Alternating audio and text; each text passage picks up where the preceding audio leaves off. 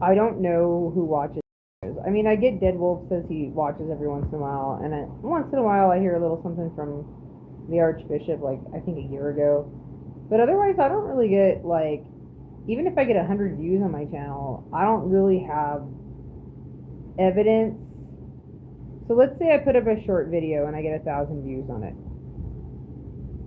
Based on the comment section and based on the interaction with the audience, I don't get the idea that these are consistent viewers. Let me explain further. So I have a YouTube channel, and if you look at my stats, I think I've got like 1,440 something odd subscribers. That's not that good. I mean, let's think about this for a minute. I started this channel 10 years ago. The first video I made, I got 33,000 views on. I think that I got my first 600 subscribers to 900 from that video. Then for the next, because it was about politics and it was right in the middle of a political season. And then for the next like 6 months, I put out like, I don't know, some political videos. They do range between like 5 and 20,000 views, to be honest, I think. Maybe like 1,000 and 19,000 or something was the average for the other videos after that. And then I got the rest of my subs maybe like almost immediately. Like I think I got to 1,200 subs. 1,200 of my 1,440 something subs were derived, I believe, in the first 2 months of my channel. Maybe I could be wrong. Maybe it was the first year and I'm wrong or something, but I think that the majority of my subs, 90% were had in the first maybe like 1% of the channel growth, maybe even less. If you just joined me today, hello. Good morning, one person. Oh, there's 6? Oh my God. You must have come here by accident. You didn't mean to be here on this channel. Somehow YouTube was like, look, there's the live broadcast and you could chit chat with each other and kibitz in the comment section and talk shit. This random channel, you don't even know who this is. What are you doing? You don't know me. YouTube just sent you here, you unlucky souls. You unlucky souls. Hi, Colleen. So where were we going with this? You're gonna subscribe, Colton? No way. I was just saying, look, and it put a crown and a number 1 next to your name, like you're my top subscriber and you just got here today. I was just saying that this channel's been here for 10 years. It has about 1,440 something viewers, and about 1,200 of them were derived in the first 2 months of the channel. And I'm pretty sure 1,200. It took me 9 years and 10 months to get the remaining 240 something, and something plus 1, thanks to Colton Peterson. And so, what are you saying? I think that a bunch of my subs are bots. I think that because I started this channel off as a political channel, and I got like a lot of views on political shit, and then the political shit died down because the Trump election was over and I wasn't involved in it really anymore and didn't care about it anymore. Basically, like, I think that people who wanted Trump in office got me bot subscribers. Because where are they now? They never show up now. I mean, I don't hear them arguing with me. I don't see that they show up on my channel and say, hey, we haven't heard from you in a while, or I've been around, but I haven't heard from you. Like, I honestly, to this day, not all of them, because some of them I've met in person and, you know, we did little road trips and shit like that. I'm not talking about Bartley McDonald or the Pelican. Oh my gosh. The Pelican guy and I never met up, but there was this one guy and he called himself the Amazing Pelican. And I think he was a real person because he started trying to figure out my house and find me. And I was like, you need to go away now, Pelican. This has gotten a little too. And there is one other guy who used to write me emails and then like wrote me an unaliving letter about himself, and I got all worried about him and found out that he is just fine to this day.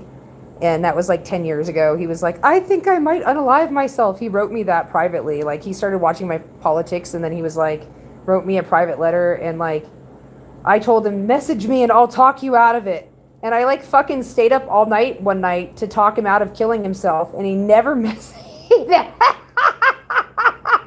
And when he waited like a couple weeks later, he wrote in and he was like, hey, how's it going? And I was like, I thought you were going to kill yourself. I literally stayed up a whole night to talk you out of it, just in case you messaged me. And like, you just rolled off into the distance. And I was like, thanks a lot, John. No, he goes by the name John usually. And he does. And one time he told me, he was like, at one time 5 years ago, he said that he was actually like a war veteran or something, and that he'd lost both of his legs. Now, I don't really believe him, okay, because I think, forgot that he told me that he's a rich man who lives on a private island, and that alternately he's part Aborigine, and that he lives on New Zealand, which is a public island. So he forgets. He kind of gives me a little different stories here and there, but he has an active imagination, though. And he does write poetry, and I will write him back. And I always write him mean stuff back now, ever since he tried to kill himself, but didn't. Oh, sorry, I'm not supposed to say that on YouTube. Faked like he was, but was perfectly fine. And,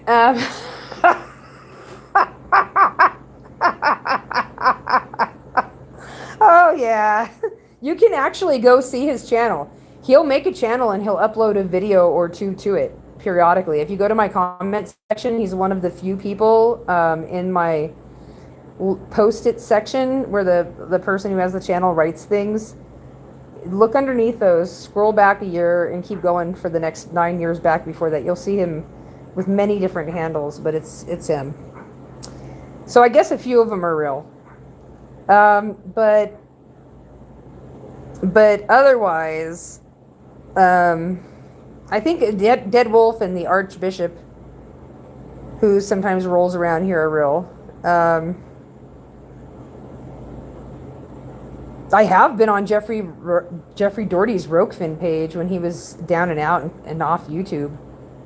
But he wouldn't have a guest like me on now, because he's back in the high flyers with 50,000 subs on YouTube. I don't think he comes around and watches little channels like this. It's below his notice now.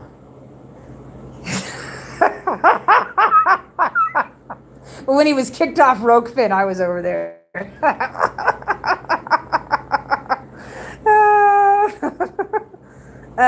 Let's see.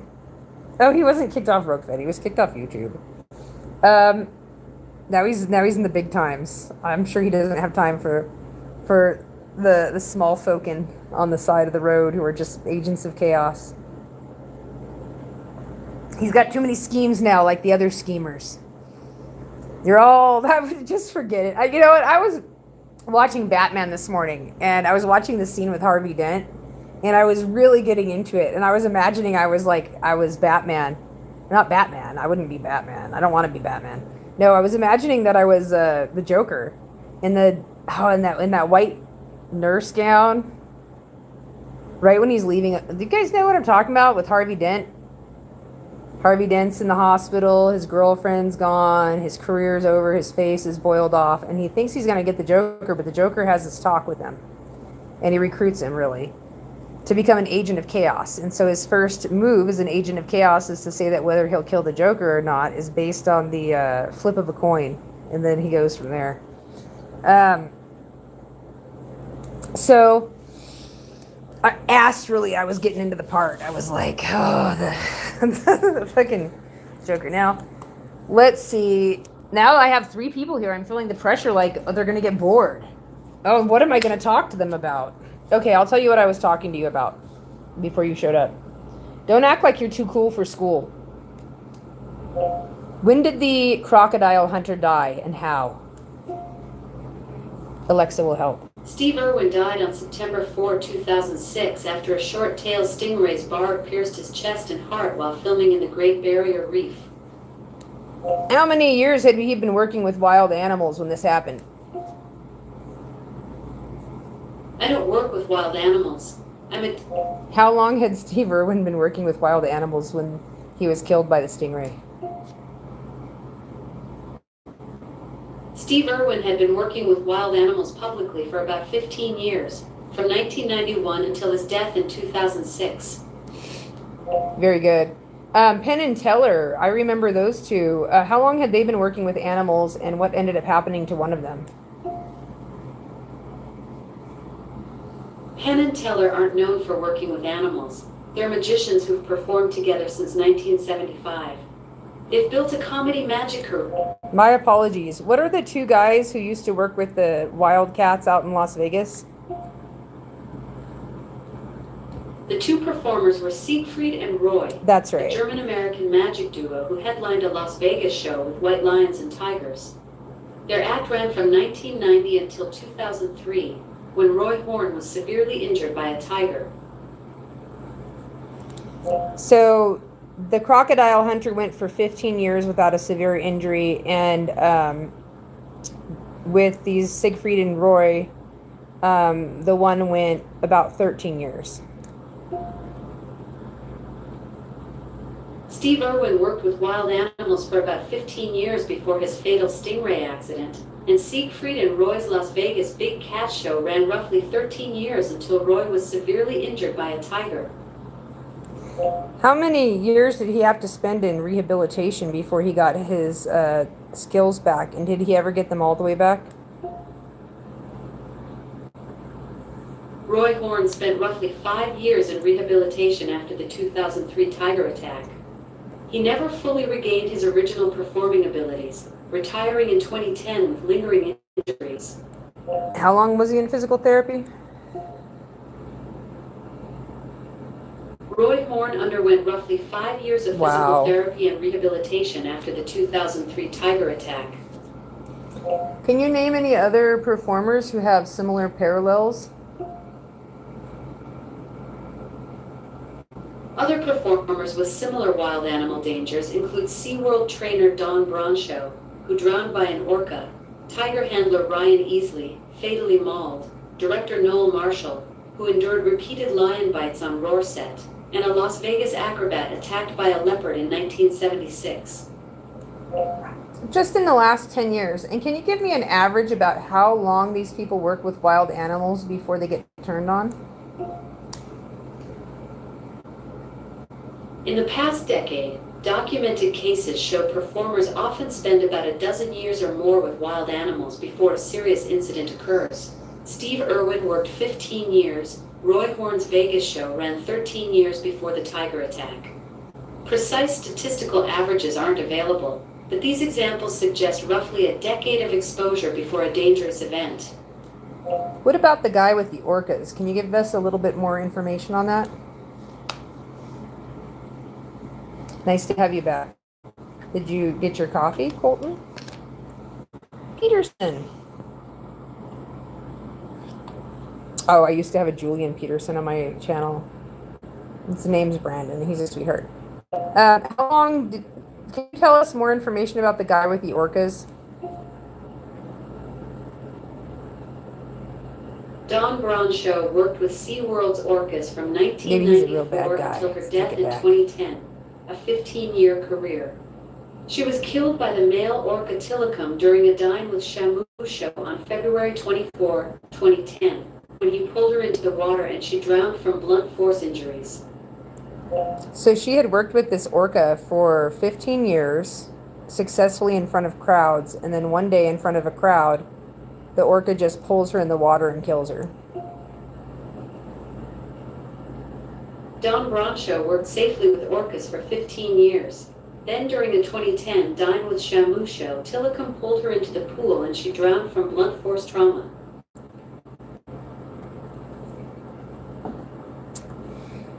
It seems like there's another guy that I'm thinking of who worked with like lions and bears who this happened to in the last 15 years or so. In 2025, a veteran keeper at Bangkok's Safari World was mauled to death by lions during a public feeding demonstration. He'd worked with the big cats for nearly 2 decades before stepping out of his vehicle, violating safety rules, and was attacked by a lion named Trump. The lion's name was Trump?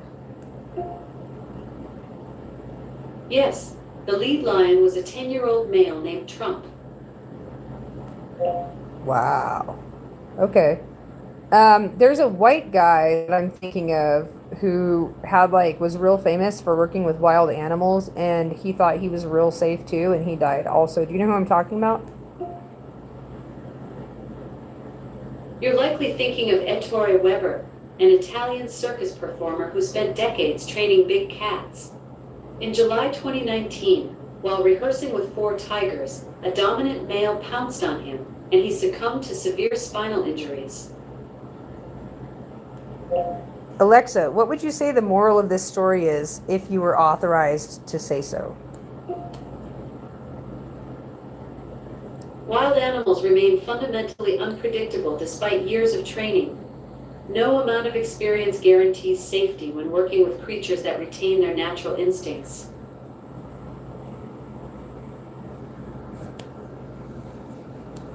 So what you're saying is that if a person, for instance, had an injured wildcat, female, and managed to keep it in captivity for 10 years without having it really do anything, and kind of mistreated it, that the person could then think that they're safe and they can handle lions, and that lion's going to be safe with other people or whatever, but something could actually really happen to them.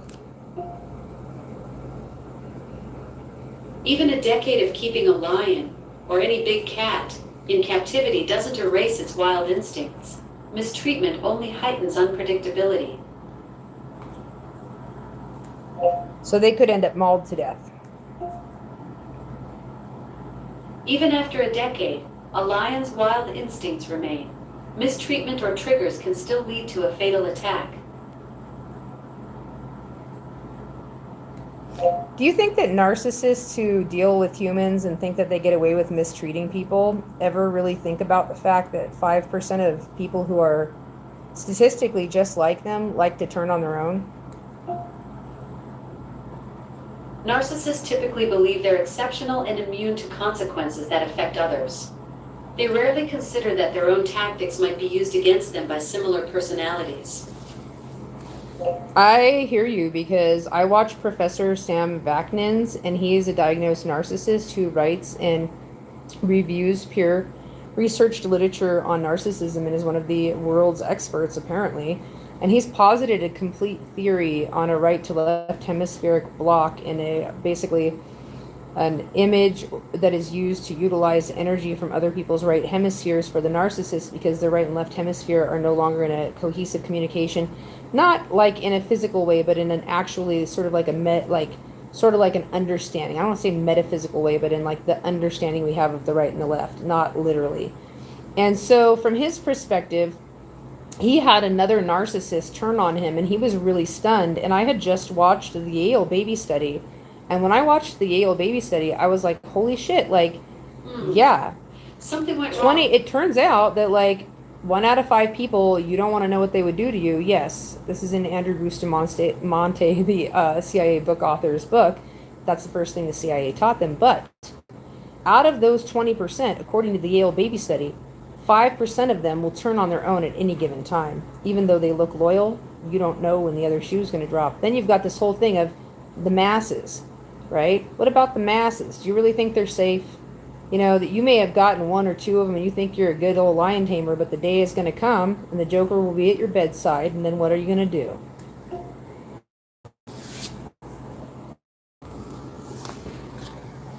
Sorry, something went wrong.